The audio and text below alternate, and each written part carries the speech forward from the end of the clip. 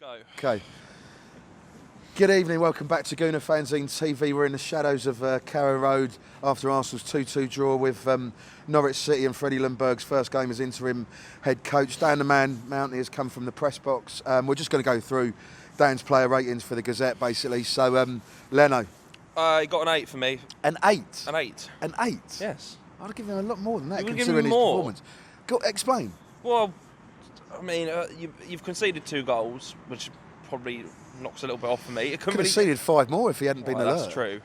Maybe I've stolen a bit short here. 8? But no, he was world class today. I mean, some of those saves, the one from McLean that Guendouzi knocked through, Yeah. I thought was a certain goal. Yeah. I thought he's not going to miss it. Yeah. The slightest touch just turned it around the post. It was a brilliant bit of goalkeeping.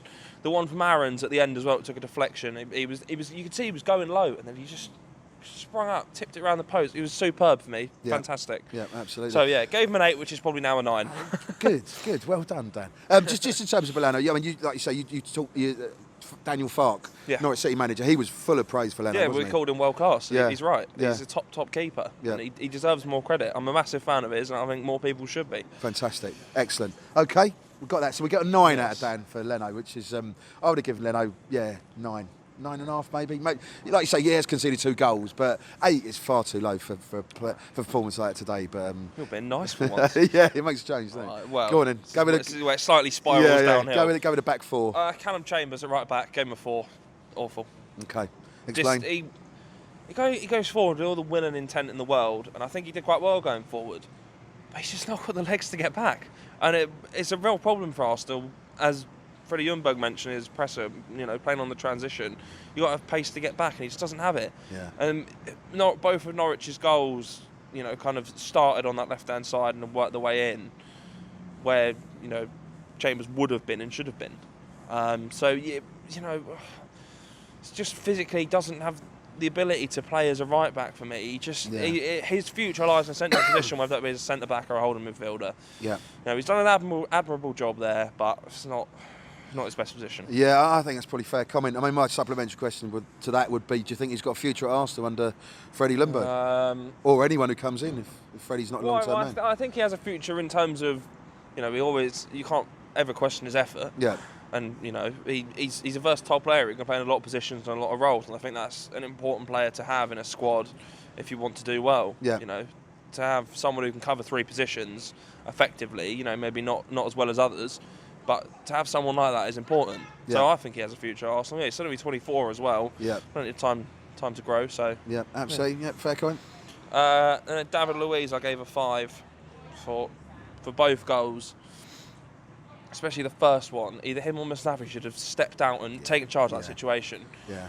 The first one, Pookie runs at them and they both just back off. It's like, do you go, do I go? They are the Chuckle brothers of defending for me. I mean, it's just the most uninspiring centre-back partnership. But yeah, I thought, he's been better than he has been lately, but he could have done more for both goals. Yeah, you're absolutely right in terms of he just stood off too much, didn't he? And gave him too much space. One of them had to take control of the situation, basically. Yeah.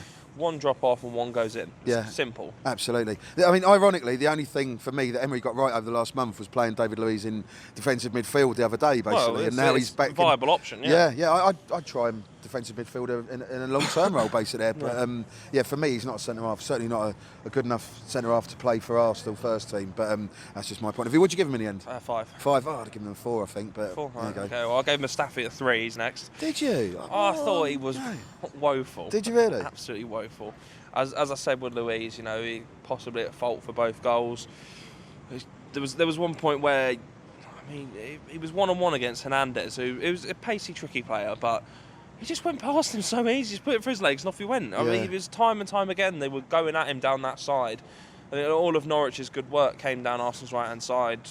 We'll come on to Xhaka in a minute. Yeah. I played a role in that kind of struggle down that side, basically. But he just, time and time again, just beaten too easily. Yeah, well, I'm not Mustafi's biggest fan by any stretch of imagination. I don't think he's a good enough long-term centre half for Arsenal, basically. But at the same time, I thought he did all right. I thought he looked quite positive. Certainly in the opening stages, he was positive in the air. He was supplementing attacks. He was getting stuck in, which is more than what he's doing. Obviously, his positioning is suspect, and his turning circle is almost as bad as Socrates, basically. Cross-channel ferry. Yeah, it might as well have been at times. But I thought it was more of a positive performance from Mustafi today. The one thing I would say, all right, okay, fair enough. But the one thing I would say is he's done well to work his way back in. Yeah, he has. It looked like his Arsenal career was over in the summer. Absolutely. And he's forced his way back in, so fair play to him. Yeah, you're absolutely it wasn't great for me today, but... Yeah.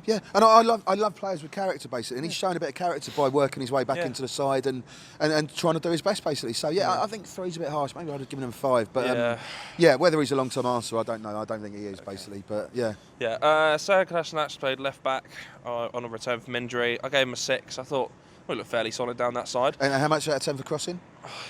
0. I mentioned that actually. Crossing must improve. Must improve. But it got forward well. End product not great, but solid. I don't think Norwich caused many problems down that side. Defended well. So 6. Yeah, I mean he's a big presence. He's a huge man. He's obviously a brave man off the pitch as well. Mountain. Yeah, but I just want to see more of that on the pitch, basically. If he had. He needs to be a bit more tenacious, basically, because he's got all the physical attributes to be a real enforcer. Certainly on the back line, whether it's on the left-hand side or even further forward on the left-hand side. But I just don't see enough of that for me to go, do you know what, he's a long-term answer. And obviously with Kieran Tierney... Well, Tierney would start ahead of him for me. Yeah, definitely. Just purely on the basis of the crossing ability. Yeah. Worlds apart, but Yeah, for me, I'd have given Kolasinac 5 and 0 for his crossing, as ever, basically. Granit Xhaka I gave a 5.5. I thought he kept Arsenal ticking over nicely. Yeah. Kept trying to get the ball forward when he could. But he was part of that problem down the right-hand side where they kept getting exposed, basically. He didn't have enough pace to get back and cover and help Chambers if he was out of position or, help Mustafi cover or whatever. He didn't have the pace to get back and do it. Yeah. So I think he needs Torreira alongside him to kind of, compensate for that. And, he's a player who covers areas well and understands the passing lanes and the space and where to be. His positioning is brilliant. I think he should be the one if Xhaka is going to play alongside him, because he can cover for him. Yeah, absolutely. So, 5.5. Yeah, I think he showed real character. Being able to play for Arsenal again, basically. Obviously, it's a clean slate under Freddie, but to actually play and show just a bit of presence, basically, even if he didn't particularly play well. And I completely agree with all the points you're saying as well. Yeah. He did try and look lively, but at the end of the day, he is Xhaka, and he's limited in terms of his passing. He's not mobile enough to be a box-to-box midfielder, and he's not influential enough to be, or creative enough to be a sort of, a more of a creative midfielder, for want of a better phrase, basically. So, yeah, I think 5.5 is probably about right, really. Yeah. And then he had Guendouzi alongside him, who I gave a 6. I didn't put this in my player ratings, but it's just come back to me now. He's lucky not to be out for the rest of the season after that tackle from Kenny McLean. Yes, yeah. I don't know if you've seen any replays of it, but saw it live, basically. Studs up high, above his ankle. Yeah. Could have broken his ankle, broken his leg. Very lucky that it wasn't worse than it was. Absolutely. And Arsenal players in the past have suffered from players like Dan Smith, DRB. McLean should have been sent off after that tackle. But gave Guendouzi a 6. I thought battled well. Yeah. A lot of energy, drove Arsenal forward at times, especially in that second half. Yeah. Probably could have done more the other way. I think he caught up position a few times, which exposed Arsenal. But he's still, as I say each week, he's only 20. Got to remember, he's still young. He's still learning. Yeah, exactly. So 6.5. What'd you give him? 6. 6. Yeah, it's a pretty fair comment. Yeah. And then. So we'll go to the right-hand side next. The match winner, match winner, earned a point, basically. Yeah. Pierre-Emerick Aubameyang gave him 8.5. Okay. I thought, it was a real captain's performance. He stepped up when he was needed, basically. Obviously got the 2 goals. Really good finish with the second one. Stay calm in the box. The penalty was the impressive one, because obviously, he had to retake it. The first one was saved. Yeah. Real nerves of steel. He went the same side, that shows, a real clinical striker for me, which we know he is. So, I thought it was really good to say 8.5. Absolutely. Okay, yeah. I mean, we've talked about VAR in a previous video here at Carrow Road. We won't go into too much detail about that now, but you're absolutely right in terms of Aubameyang showing character to take that second penalty. I remember coming here in, what would it have been, November of 1988. Brian Marwood missed a penalty at Arsenal, the season Arsenal won the league at Anfield, 88-89. And for some reason I just thought about that, 32 years on or 31 years on, I've seen another Arsenal player miss a penalty at Carrow Road, but obviously VAR has pulled it back, and and allowed Aubameyang to take the second strike, and he's actually scored. So I'd like to look. He showed a lot of character for that. There was one moment that was slightly worrying for me in the first half when he was racing with the ball with Norwich's number 4. Godfrey, I think. And he just didn't have the legs. And I don't know whether he's carrying a little knock, whether he wasn't as sort of committed for the ball as possible, or whether he's just getting to the age of 30 and his legs are going a little bit. Or is Godfrey just as quick as him? Yeah, potentially, but I've not seen that. Yeah, that's a very good point. But I've not seen that in a while where Aubameyang has been second to the ball in terms of a chase. So slightly worrying, really. Minor moment. Just on the VAR, I know there was some kind of confusion about what that was for. Yeah. It was basically. We thought originally it was Tim Krul coming off his line too early. It wasn't. It was Max Aarons who encroached on the box. Okay. And it was basically retaken because he encroached, and then he was the one who cleared the ball. Right. That's the reason why it was taken back for the second penalty. I know there was a lot of confusion amongst the crowd. Yeah. There was also that in the press box. We had no idea what it was for either. That's a good point. I must admit, I thought it was Krul encroaching, getting off the line. No, it was Max Aarons encroaching. But interesting enough, if he hadn't cleared the ball, there wouldn't have been a retake. Yeah. So I think there has to be some changes with VAR. Maybe we hear what the ref and the people in the VAR room are saying. I think that's why it works so well in rugby, for example. Yeah. Not to go too much off topic. Yeah, no, you're absolutely right. I mean, I've covered Six Nations games at Twickenham, and you're absolutely aware of what the referee and his sort of assistants are talking about and what they're going to do, basically. And football needs that, basically, because we were stood in the way and we didn't have a clue what was going on. We just thought it was cruel, and that's interesting you say that it wasn't, basically, in terms of making the penalty be retaken. Yeah, that's the official line. Yeah, okay, interesting. Yeah, Joe Willock played the attacking midfielder. I gave him a 5. I thought first kind of 20 minutes where Arsenal were really on top, but really lively, caused some problems. He faded so much. Yeah. He just. Yeah. I don't know whether, obviously Norwich got a bit of a foothold in the game, and he just didn't really do anything after that. He gave the ball away a few times. He looked lively. I thought he had a real positive intent from the start. I mean, he has a real drive in his the way he runs and the way he carries the ball, which is good to see.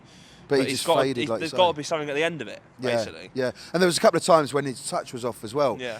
It's not a technique because he has got a good technique. He wouldn't be an Arsenal player if he didn't. Certainly coming through the academy. But there was a couple of times he took such a heavy touch, and it was really frustrating to see, basically. But he'll come back and he'll be better for the experience. He's got a really bright future ahead of him. Yeah. I'm a massive fan of his, and I think absolutely. just a bit of patience and a bit of time. Yeah, and it's good to see that Freddie's choosing him rather than just sort of going with older players. Well, I mean, he's really kind of come on in the past 2 years in terms of his development, and that is because of Freddie Ljungberg. He coached him under 23 level.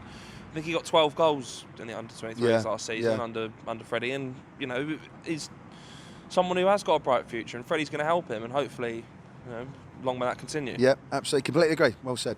Yeah, and then Mesut Ozil out on the left-hand side, out of position. I gave him a 6. Okay. I think on reflection, I might have gone a 7. Yeah. I think, he put in a lot of effort, which is good to see. Yeah. I think the stat was he created 4 chances as well, which was more than anyone else in the team. Yeah.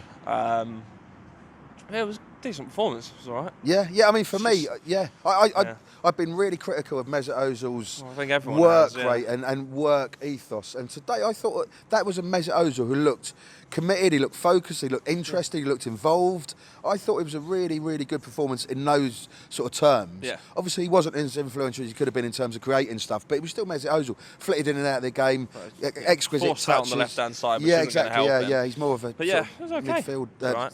Should be more in the centre, really. But I was impressed by his work rate, and that's got to be the Freddie effect, hopefully, isn't it? So. Well, I gave him a 6. We'll now say a 7. Yeah, I'd have given him a 7. Lacazette, I gave a 5.5. Okay. You can't fault his work rate, and you can't fault his ability to link play. I think that's really important for Arsenal. Yeah. He just in front of goal. Was that chance early on? Should have scored. Had to score. Yeah. A player of his ability has to score. He just looks completely shot of confidence in front of goal. Yeah. Obviously, the last few months have not helped him in terms of that.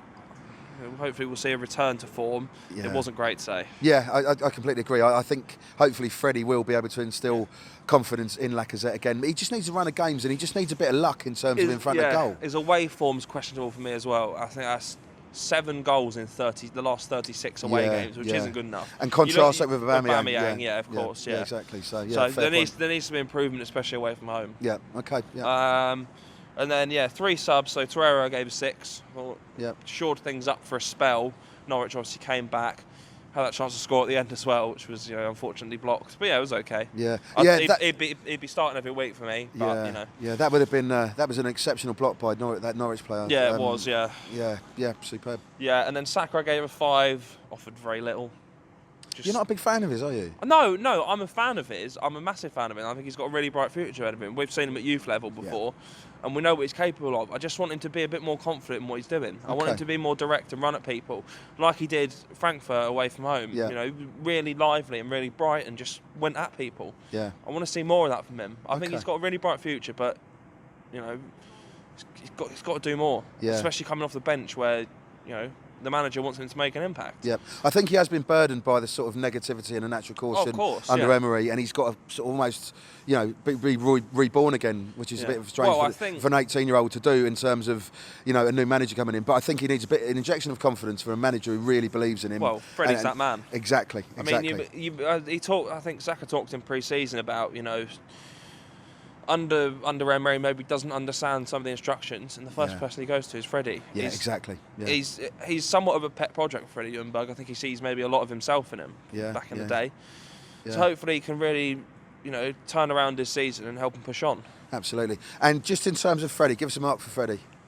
Well, Martinelli, I didn't give a rating. Okay, came on late, but sorry. Got Freddie Ljungberg, I'll give him a 7. A 7? Yeah. I'd have given him 10 out of 10 just for that pass along. See, when the ball came off and he was on the touchline, and he basically he used his left foot actually, he was left-footed, and then it was just glorious to see. It was like 1999, never happened. Basically. I will give him a 10 then. It's fantastic. Yeah, 10 out of 10 for that lovely bit of nostalgia. No, we'll go an 8. We'll go an 8. I'll stick him with an 8. Yeah. What were the plus points of Freddie today? The way he set the team out to go and be positive and attack, and, keep the ball, try and dominate the game. I think the defensive side of it's still a concern, but I don't know whether that's his fault really. I think he's it does. One thing I did really like was when I think everyone, when it was at the team sheet, said, he's going to be the diamond midfield, and then all of a sudden he comes out as a 4-2-3-1. I think that helped Arsenal in the early stages because Norwich had probably prepared and looked at it as another formation. Yeah, so it was almost a double bluff by Freddie. Well, I don't know whether he meant it deliberately, but we'll pretend like he did. Yeah, absolutely. Yeah, and just, the way he brought all the players over at the end to applaud the fans, massively important. Yeah. The way he spoke in the presser and the way he came across and the things he said, proud and honoured to stand on that touchline as Arsenal manager. That's massively important. Can't underestimate that. Absolutely. We want a manager who's got charisma. Yeah. I think he's got that for me. He clearly understands the way he wants to play and his style, which is wasn't the case under Emery. Yeah, absolutely. Really good signs from him. Obviously, the next few games are going to be massive. It's an audition for him, isn't it? Yeah, exactly. He's not got the experience. That is a concern, but he's an Arsenal man, which I think is something that the club need right now. You need someone who understands the traditions and the values and the day-to-day workings of everything behind the scenes. Someone who's going to, reinvigorate things and work with the young players. Arsenal got a really young squad, you've got to remember that. Yeah. I think he could do a decent job if he was given it full time. Obviously, that's a big if. We'll see what happens in the next few weeks. But I think he should definitely be among the candidates. Yeah. He's shown enough for me today that he can possibly turn things around. Absolutely. Well said, Dan. That was a really, really Thank you. Good little line. That's us in the shadows of Carrow Road. That's Dan's take on player ratings. You've heard our say. Now you've heard Dan say my contribution as well. We really want to know what you guys think of the Arsenal performance today and Freddie Ljungberg as interim head coach, basically. So thanks for watching. Like, comment, share. Thanks to all our new subscribers. As I say, we're growing daily. If you haven't seen us before, thanks for watching. Hope you like it. Hope you continue watching because we're sticking around. We're not going anywhere. So, thanks for watching. And we'll see you for Brighton on Thursday. We've got a podcast on Monday night, which will be out Tuesday, hopefully. Loads of other stuff. We've got an exclusive interview with Alan Smith coming out at some stage over the next few days. So keep an eye out for all those. And thanks for watching. Cheers.